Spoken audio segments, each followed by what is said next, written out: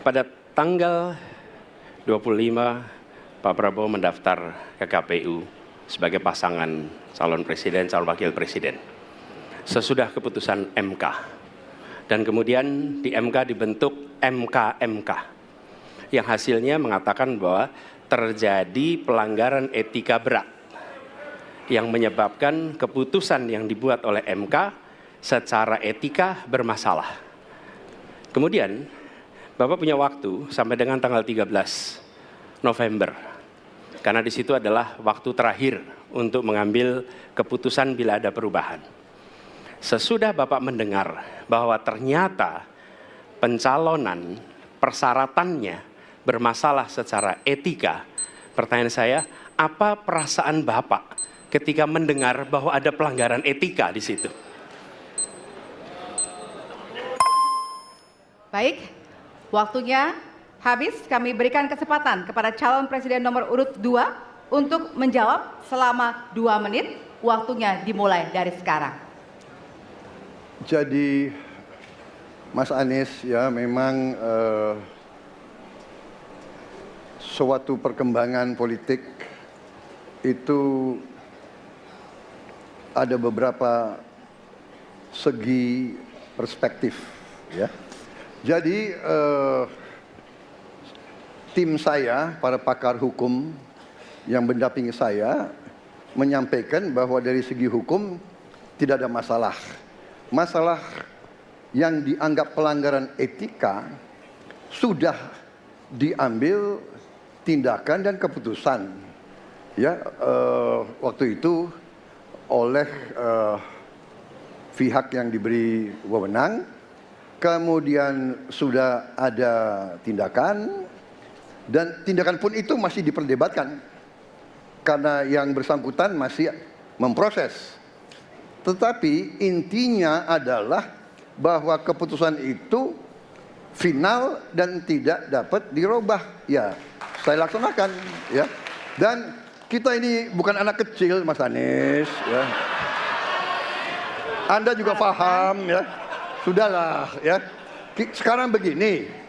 Intinya rakyat yang putuskan, rakyat yang menilai. Kalau rakyat tidak suka Prabowo dan Gibran, nggak usah pilih kami, saudara-saudara sekalian.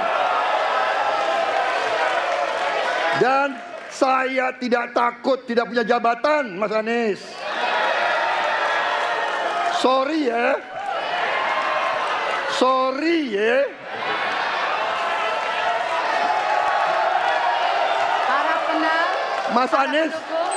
Mas Anies, saya tidak punya apa-apa. Saya sudah siap mati untuk negara ini. Baik, waktu Anda habis Bapak, dan selanjutnya kami persilakan kepada calon presiden nomor urut 1 untuk menanggapi jawaban dari calon presiden nomor urut 2. Waktu Bapak 1 menit, dimulai dari sekarang. Fenomena ordal ini menyebalkan. Di seluruh Indonesia kita menghadapi fenomena ordal. Mau ikut kesebelasan ada ordalnya, mau masuk jadi guru ordal, mau daftar sekolah ada ordal, mau dapat tiket untuk konser ada ordal di mana-mana yang membuat meritokratik nggak berjalan, yang membuat etika luntur. Dan ketika fenomena ordal itu bukan hanya di masyarakat, tapi di proses yang paling puncak terjadi ordal, maka rakyat kebanyakan, dan ini saya rasakan beberapa waktu yang lalu, beberapa orang guru berjumpa dengan saya dan mereka mengatakan, Pak, di tempat kami pengangkatan guru-guru itu mendasarkan ordal. Kalau tidak ada ordal, nggak bisa jadi guru, nggak bisa diangkat. Lalu apa jawabannya? Atasan saya bilang, wong yang di Jakarta aja pakai ordal, kenapa kita di bawah tidak boleh pakai ordal? Negeri ini rusak apabila tatanan itu hilang. Habis. Ya. Sekarang kami berikan kesempatan kepada calon presiden nomor urut 2 untuk menanggapi tanggapan dari calon presiden nomor urut 1. Waktunya 1 menit dari sekarang. Mas Anies, dalam demokrasi kekuasaan tertinggi ada di rakyat. Hakim yang tertinggi adalah rakyat. Tanggal 14 Februari, rakyat yang akan mengambil keputusan. Kalau kami tidak benar, salah, berkhianat, rakyat yang akan menghukum kami. Waktu masih ada, Bapak? Sudah cukup? Baik, terima kasih. Harap tenang hadirin, kita akan lanjutkan. Ya, kita akan lanjutkan. Dan untuk kesempatan ini kami berikan kepada calon presiden nomor urut 2 untuk bertanya kepada calon presiden nomor urut 3. Dan waktu Bapak 1 menit dimulai dari sekarang. Mas Ganjar punya pengalaman sebagai gubernur. Saya ingin bertanya bagaimana pemikiran Bapak untuk mengatasi pengangguran yang masih banyak, terutama lulusan-lulusan sekolah dan sarjana yang belum tertampung. Mungkin pengalaman Bapak bisa Bapak memberi suatu pencerahan kepada kami. Terima kasih. Waktunya masih ada, Bapak ada yang ingin ditambahkan? Baik, cukup. Oke. Selanjutnya kami berikan kesempatan kepada calon presiden nomor urut 3 untuk menjawab selama 2 menit. Waktunya dimulai dari sekarang. Terima kasih Pak Prabowo. Isu ini sangat kontekstual dan saya kira dari pertanyaan masyarakat begitu sulitnya mendapatkan pekerjaan. Ada beberapa poin Pak. Yang pertama adalah membuka ruang investasi yang cukup besar dengan cara memastikan penegakan hukumnya bisa berjalan baik, kepastian hukumnya berjalan dengan baik, transparan, akuntabel, mudah, murah, cepat dalam sebuah layanan. Tanpa itu dilakukan, mereka akan minggat dan mereka akan pergi, tidak mau datang. Yang kedua, ketika mereka datang, sudah masuk berinvestasi katakan, pusat-pusat pertumbuhan sudah diberikan kepada mereka oleh pemerintah dengan fasilitasi kawasan industri umpama, insentif pajak umpama, kemudahan perizinan, ease of doing business umpama, maka ketika kemudian itu sudah berjalan, Pak, yang mesti disiapkan adalah SDM. Ketangguhan SDM untuk menjemput itulah yang kita siapkan. Apa itu? Sekolah vokasi, nggak ada yang lain. Dan kemudian SDM inilah yang kita bisa pastikan bahwa mereka sampai dengan 12 tahun mesti sekolah dan gratis. Inilah yang kemudian bisa kita dorong untuk kemudian mereka bisa naik. Ada juga tindakan afirmasi sekaligus untuk menurunkan kemiskinan adalah setiap satu keluarga miskin kita kasih kesempatan satu anaknya sampai ke perguruan tinggi. Karena itulah yang akan membongkar dan kemudian memberikan ruang pekerjaan yang jauh lebih banyak kepada mereka. Maka peran-peran inilah yang mesti kita dorong. Kawasan industri Kendal sudah bekerja sama dengan 100-an lebih sekolah vokasi. Kawasan industri di Batang sedang kita siapkan, bahkan kita bangunkan sekolah. Kerjasama antara pusat, provinsi, kabupaten menjadi begitu penting untuk memfasilitasi itu. Dan kemudian tugas kita mensosialisasikan untuk mereka bisa terlibat di dalamnya. Baik. Ya, waktu Anda habis Bapak dan kami persilakan kepada calon presiden nomor urut 2 untuk menanggapi jawaban dari calon presiden nomor urut 3. Waktu Bapak 1 menit. Saya senang mendengar jawaban itu.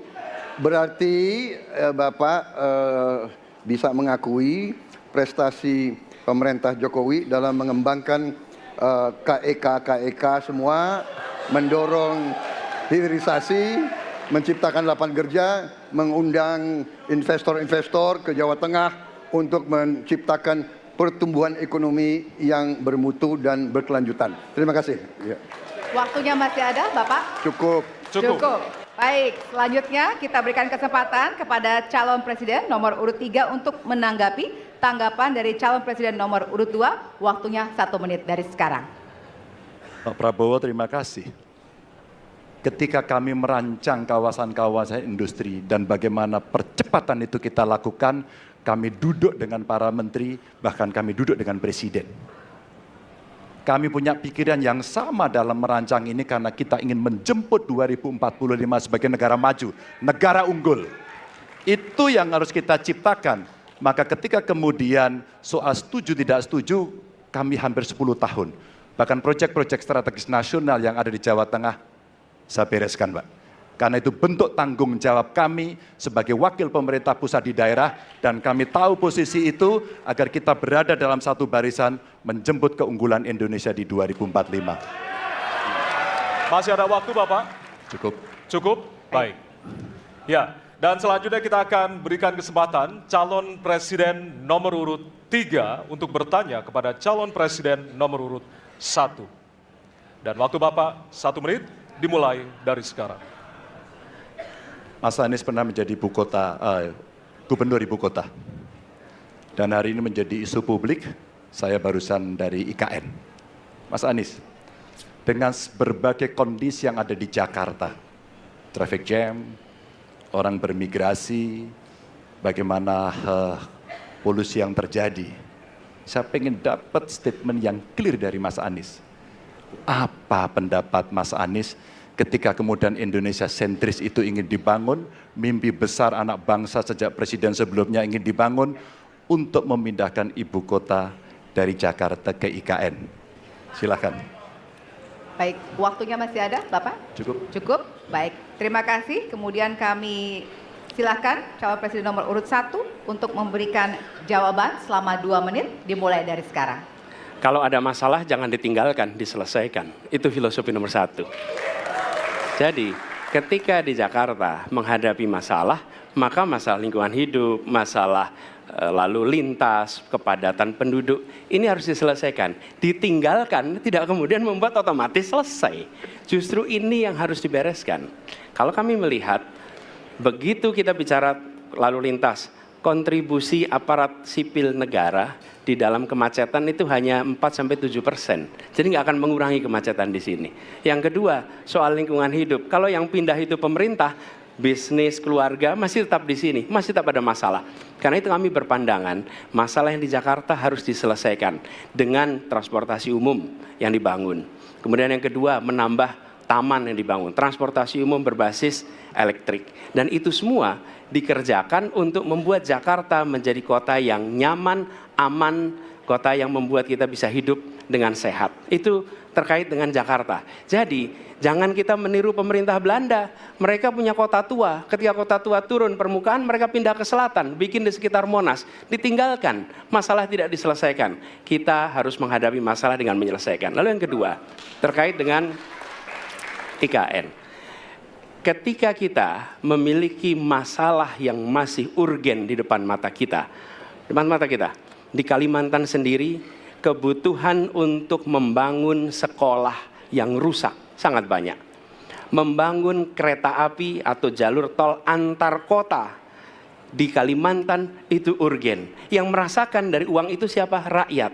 Sementara yang kita kerjakan hanya membangun tempat untuk aparat sipil negara bekerja, bukan untuk rakyat dan bukan pusat perekonomian. Baik. Ya, waktu Anda habis dan kami persilakan kepada calon presiden nomor urut 3 untuk menanggapi jawaban dari calon presiden nomor urut 1. Waktu Bapak 1 menit, disilakan. Apakah boleh saya simpulkan kalau begitu Mas Anies dalam posisi yang oposisi terhadap beberapa kebijakan termasuk IKN menolak IKN dilanjutkan? Terima kasih. Cukup Bapak? Cukup. Baik. Baik, selanjutnya kami berikan kesempatan kepada calon presiden nomor urut 1 untuk menanggapi tanggapan dari calon presiden nomor urut 3. Waktunya 1 menit dari sekarang. Inilah salah satu contoh produk hukum yang tidak melewati proses dialog publik yang lengkap.